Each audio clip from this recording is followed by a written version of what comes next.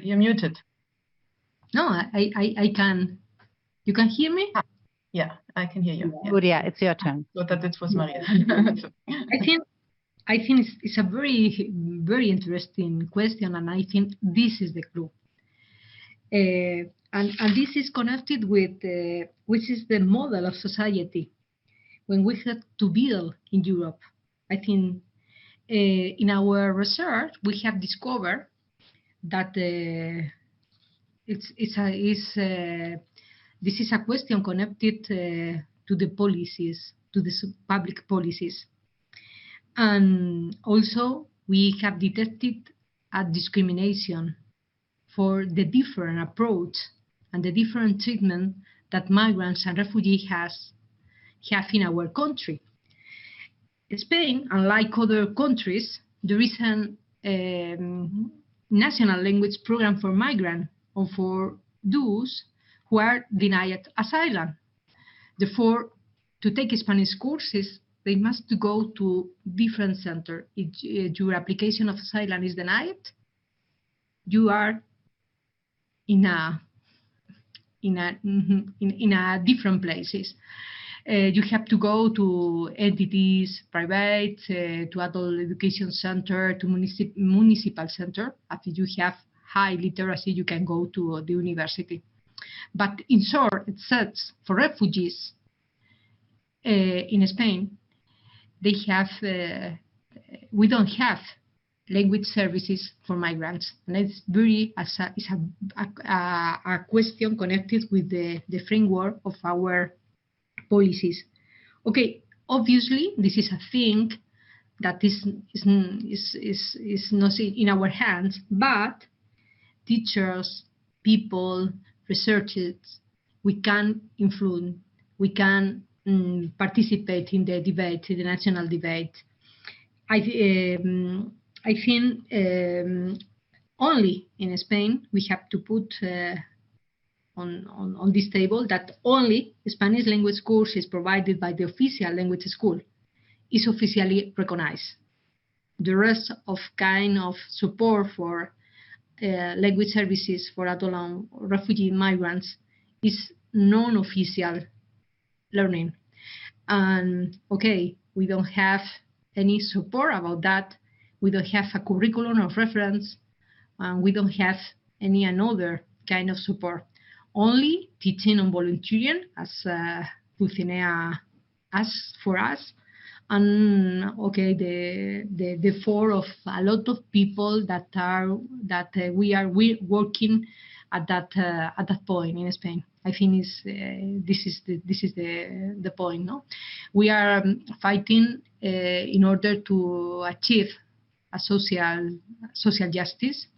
This is a frame of inclusion system, and this is the thing that I can to underline. Mm-hmm. Yeah, what I want to, if I can participate as well at this moment, I wanted to add something else. Yes, is it a question of, yes, knowing everyone, this person is a refugee? I don't think so. It's not what I'm trying to say. But being aware of the existence that some of our international students could have special needs is just a good way. And changing in general the whole pedagogical system, instead of putting them away inside, instead of having language practices where all of them are together, perhaps we should think about that. That's the only thing I want to put here. Yeah, only that. You can think and reflect on that. Thank you. That's also the target of my question, that you have them together with other international students in a class and teaching them the language as the others. At the same time, we also learned from the special courses from our preparatory school where I teach and Andreas is teaching, that they have specific needs. They need specific support. So how to teach refugee students, and also including the experiences of Dulcinea, that could be at risk in the classroom. So what is the best to include them concerning the language, first of all? I found out, for example, that yes, a very short example, as I said before, the plurilingual portrait, and letting them say by themselves how many languages they know and they speak in the language classroom, as all the other students in the classroom, is just a way of helping them to see that they've got certain advantages because they are multilingual. That, for instance, is a very small example. Mm-hmm. Yeah, but this is one of my hobby horses. I think that in general we sit on tremendous asset when it comes to the linguistic and cultural competences that are in the classroom, but we lack teachers who know how to use this. So instead they let's not go there. Let's not ask. And I think this is something that we have to work on and to work with. But I also know that at least at the technical university where I'm working, there are a lot of teachers who come up with the idea that there is no culture. I'm teaching math. There is no culture. Not true. And of course, but that only goes to show that there is culture, right? Yeah. But it's something of an uphill battle, because obviously there are other concerns also about pedagogical inclusion, but I think that if you work with inclusiveness, that's good for everyone. I mean, regardless of whoever you are, that's something that should benefit you, and hopefully benefit the teachers as well.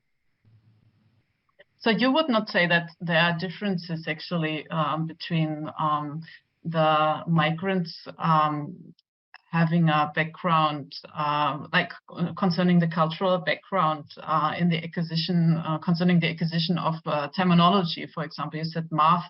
That means also the acquisition of this academic language. So they're actually all in an equal starting point. I think that the best thing to remember is that you can't assume too much about people. You don't know them.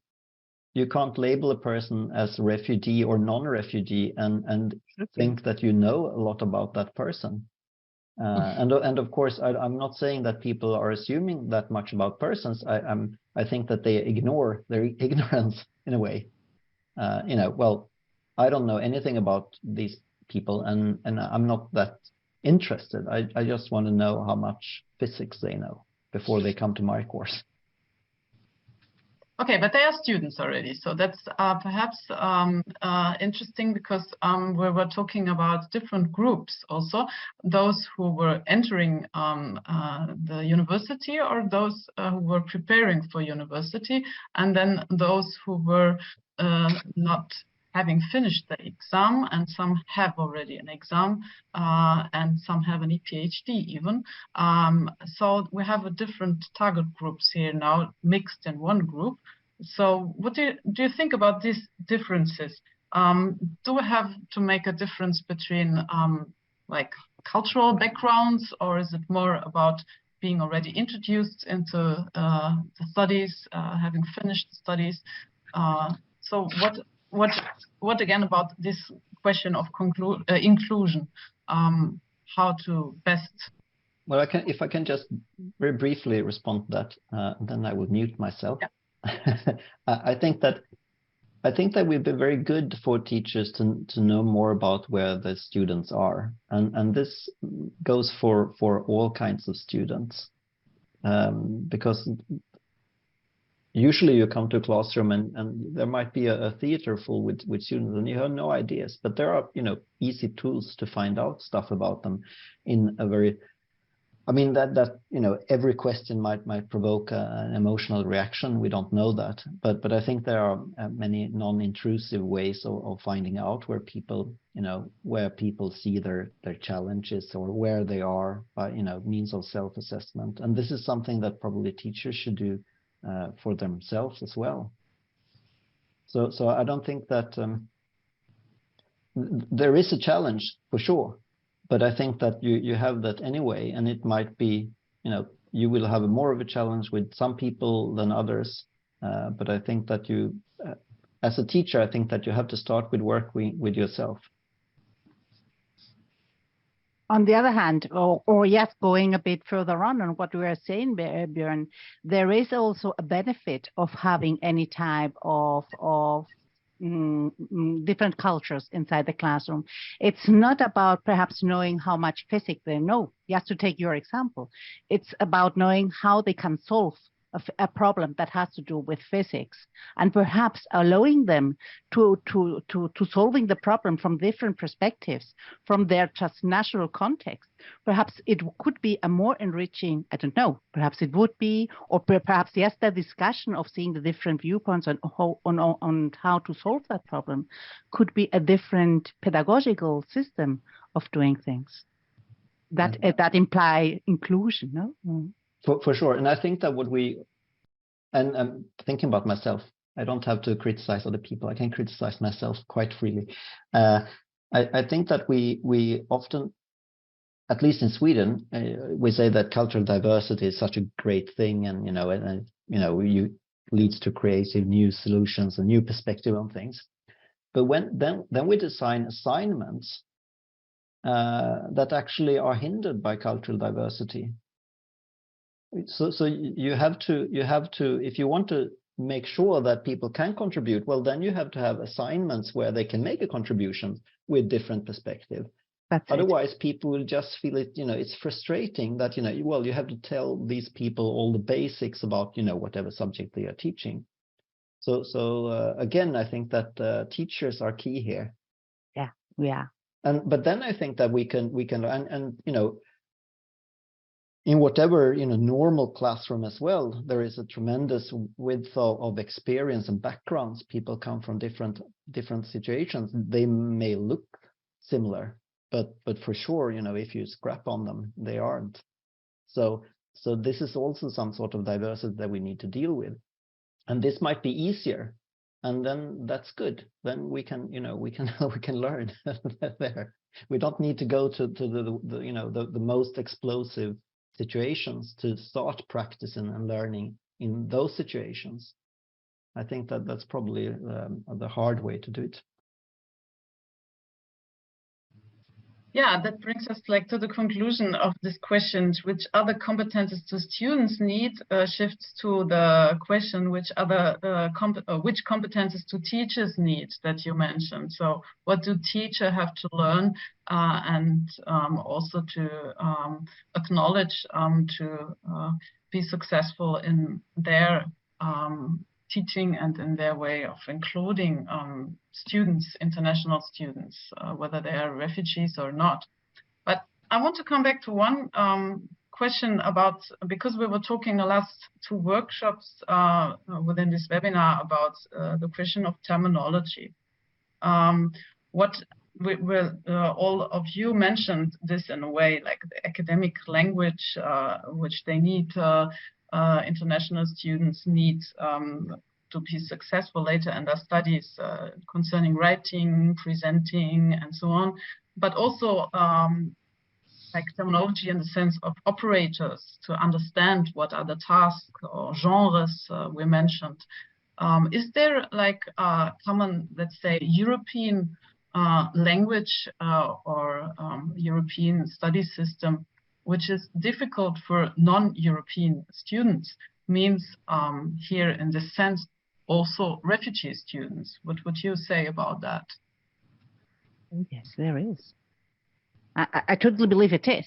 So, for example, I know that I was brought up in Germany, and I know a bit about the German system. And I know, for example, that my Spanish students, when they go to Germany, it's the whole academic system, which is a bit different, that at the very beginning, all of them have all international students have certain types of problems till they learn step by step and they accommodate to that idea. But the same happens when they go to Great Britain, exactly the same, or when they go to other, all our institutions, and the same happens with German students when they come to Spanish ones. I mean, it's just that all our institutions have different systems. And then when we are talking about academic language, I wanted to add one thing. No one of us is native in academic language. No one. No, I'm not a native speaker, not in Spanish, not in English, not in any of the other languages I know.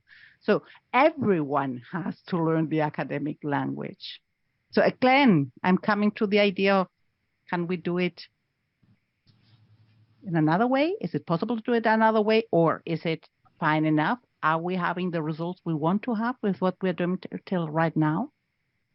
That is my question. So, but you would say that the difference between the countries is already, European countries is already quite decisive, which we were realizing in the last workshop last week also, when we looked at different kinds of essays.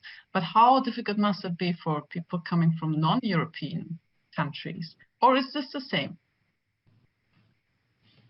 I think for sure the Europeans, I mean, the Bologna system has sort of made some things easier between but I think that, listening to what I hear from students coming to Sweden from South Europe, there is still a lot of differences behind the ECTS.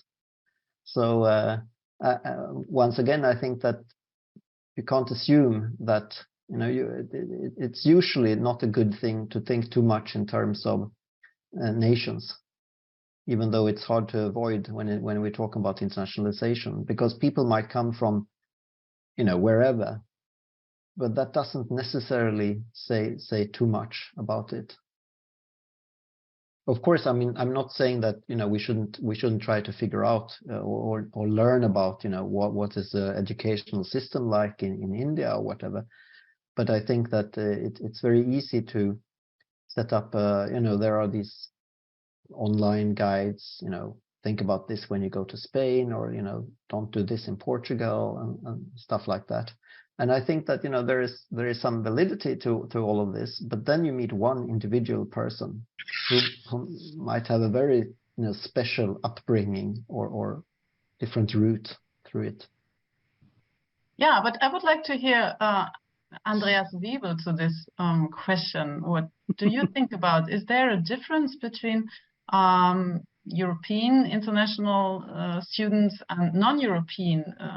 It was also about finding solutions for different tasks, how to discuss, to talk about different discourses that are, as he said in his presentation, not known to the students that he was teaching in the preparatory school. I would address that question in two ways. I mean, firstly, now being in Australia, I mean, okay, Maria mentioned the UK, then it doesn't fit what I was about to say, but majority-wise, the European Union or EU states, they have a state-funded education system, more or less, and UK is a little bit exceptional, but then like so many other countries in this world, they have like a private funded education system. And that means like when you plan to study, you must have money or you must get a bank loan. But when you pay that money, then you get pampered. I exaggerate a little bit, but so the students over here, for example, in Australia, they get a good service because they have the consumer position, because they pay for it. Whereas in Europe, at least I would say in Germany, if you're a student, then yeah, you have to work hard for yourself, and you have a lot of soft skills like to get through. And if you don't, then you fail. I mean, engineering is like 50% failure rate, dropout rate, for example, and that has to do because the task is too difficult and people don't have the talent, don't put too much effort in it, and yeah, but still, you need to have a lot of skills, like to manage the workload, let's say like that. And the professors or the lecturers, of course, they would teach, they'd do it in a good way, to do it in a bad way, but they would not provide it like in the school, in the high school way, that, okay, I pamper you through that you get the test, because yeah, he's not dependent so much in a public funded system on how many students would pass the test or not. Like he wouldn't get fired if it's like less than 70% passing the test. It's just giving that perspective from my experience over here. And then the second thing is, yeah, I mean, it comes back to the status again. If you are an international student, the other colleagues mentioned it as well, then normally if you plan to study in Europe from a non-European country, then you must be able to afford it. Like there's some I don't know what's the border, I think like 10,000 euros. It must be on the bank account to prove that you are independent enough to get your funding while you're studying. So it must be a middle class person, and that's kind of a big difference, because this person normally has a decent education and is trained even from abroad, from any country from abroad, with what's the ideas, what's the concept. I Google which university is the best in Spain, what's the best for this subject I want to study. So that's different starting points. Whereas in the opposite, I totally agree with what Björn said, that you never know. I mean, I had super good, smart refugee background students from Syria, which aced everything. And yeah, within 1 year, and then they were like doing perfect in German system. But just in generally, you can, of course, like bring up these objective facts, I would say. Thank you for this comment also concerning the different conditions that people bring, and or that they are gifted or not gifted to start anew in a new country. And this aspect of funding is also very important, for example, for Germany. As we heard in the last week, that we had this huge Integra program in the last, yeah, how many years now? 7 years, which was given a lot of money, not just for the teaching, but also for the students. Like they got this funding to prepare for the university, if they have an exam or not, but they got this chance. And as you mentioned, some used this chance very well. Someone from the listeners, but also someone mentioned that he sees quite a big difference between non-European and European students, and for himself had still quite struggling learning the Spanish language, coming from afar, and perhaps also this very different language he has to learn from his mother tongue, but first language, let's say, that's his first language he learned. Yeah, I have another question, and this is about what you mentioned, Andreas, at the end, where, and the title of this webinar. So where are we heading to concerning this education, language education? You mentioned 2 good points. One is like we have to change also the preparation concerning this increase of a need of preparation, and changing the test formats, because people will be already prepared abroad, not only in our European countries before they come to study here. So this is not in the future, but this is happening now. We're preparing programs where people can prepare abroad to learn the language, preparatory courses online, and they will come here and are already prepared.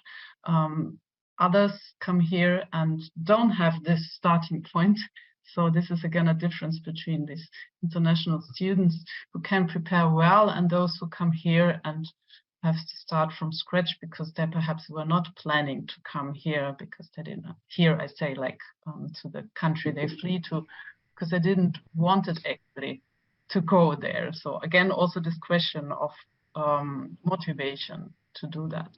So what do we expect for the future? What do you think is needed more, and what is the risk also for those who don't have perhaps this support before?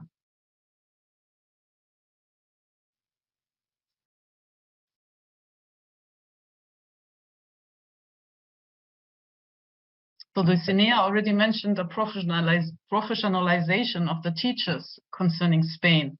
So, and I think Maria mentioned that also, that those who are voluntarily teaching need more support. And we heard that not just those, but also we academic teachers need support that's concerning our perspectives, how we look at the students and how we are ready also to learn more about inclusiveness, not just concerning the newly arrived, but what are the challenges and what is needed for the future for language education if we see that this migration is not stopping?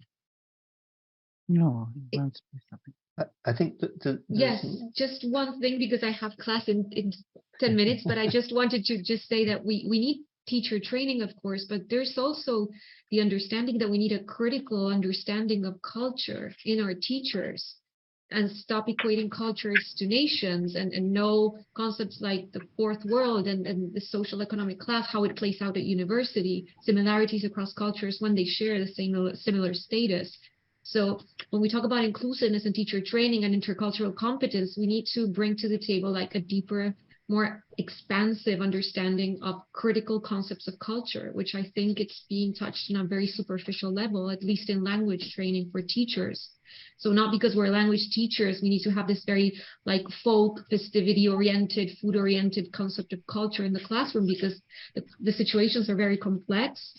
What they bring to the table is very complex, and we need to be, you know, like developing very deep and also that it has to do, and this is like a more complex issue in itself, but how do we teach inclusiveness when certain policies are contradicting what we're teaching at the European level?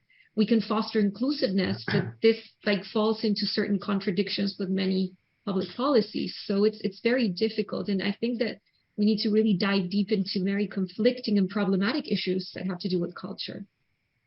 And I would just thank you so much, Lucinia. Just a moment, because she asked me to excuse her for the last 10 minutes. She has to go to her class, of course. Thank you very much. Thank you all. Bye. It's an honor. Thank you. Bye. Thank you. Thank you.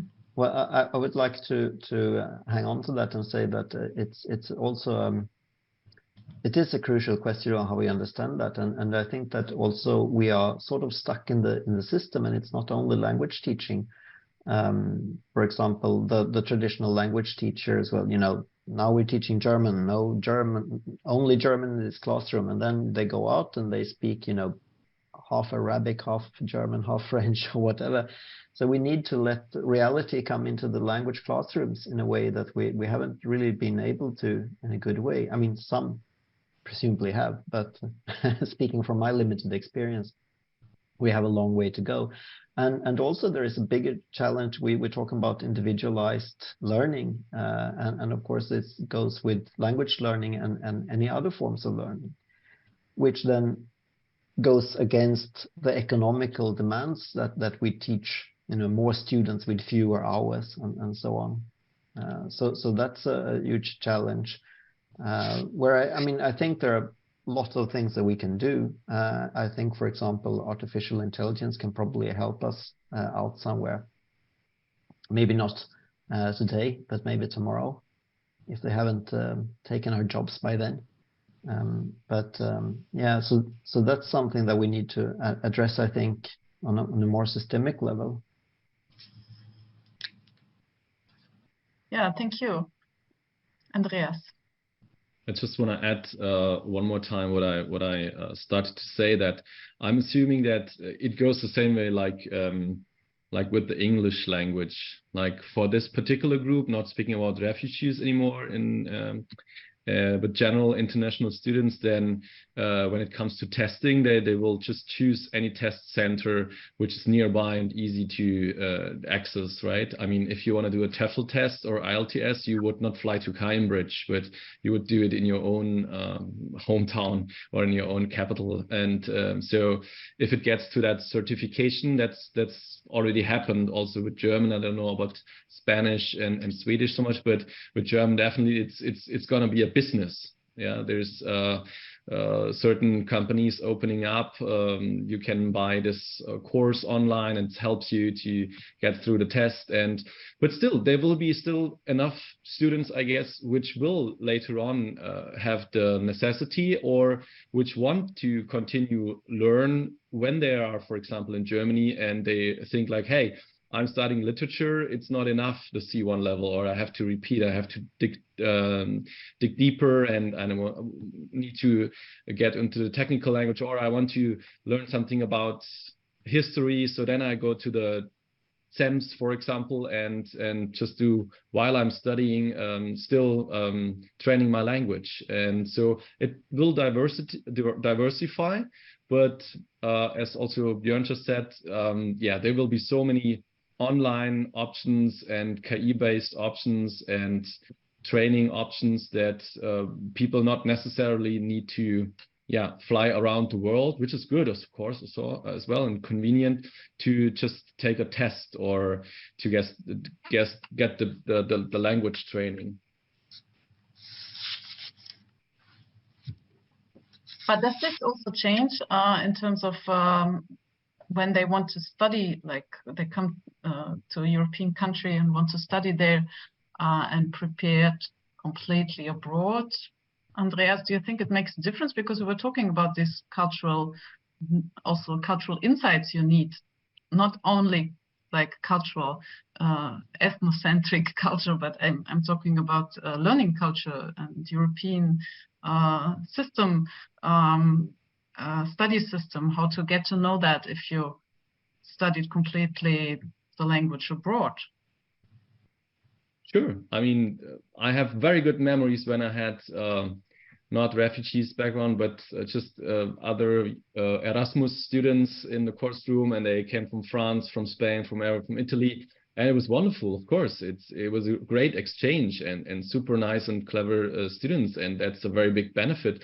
And as I said, I'm assuming that still this will happen, but the masses will go the other way, the cheaper, the more convenient. And of course, all around the world, there are also good teachers, maybe not mother tongue or original Bio Spain or Bio Deutsche teacher in Asia teaching the language, and then they get a different vibe of European culture from third parties or from the videos or from the KI then.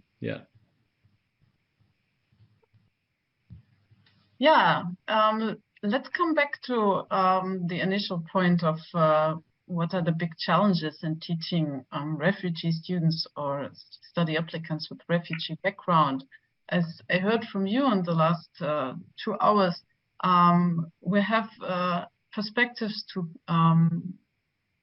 include that are not just concerning the student, but also the teacher, then the economic, political situation.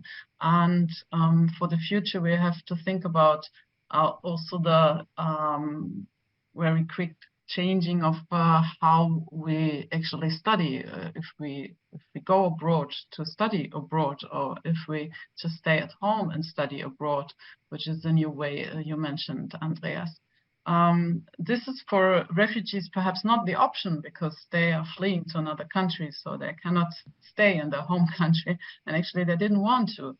So for them, it's still the problem. They are on site, and they have to get along with everyday life, to get along in a new society and also to get along with the study society they dig into. And as I heard, it's very important to include them, not just in terms of the terminology for studying, but include them in the classes and let them also meet other people and share not just their status being refugee, but their status as being a multilingual gifted person, bringing more to the class than just that language need, but also what they bring to the class.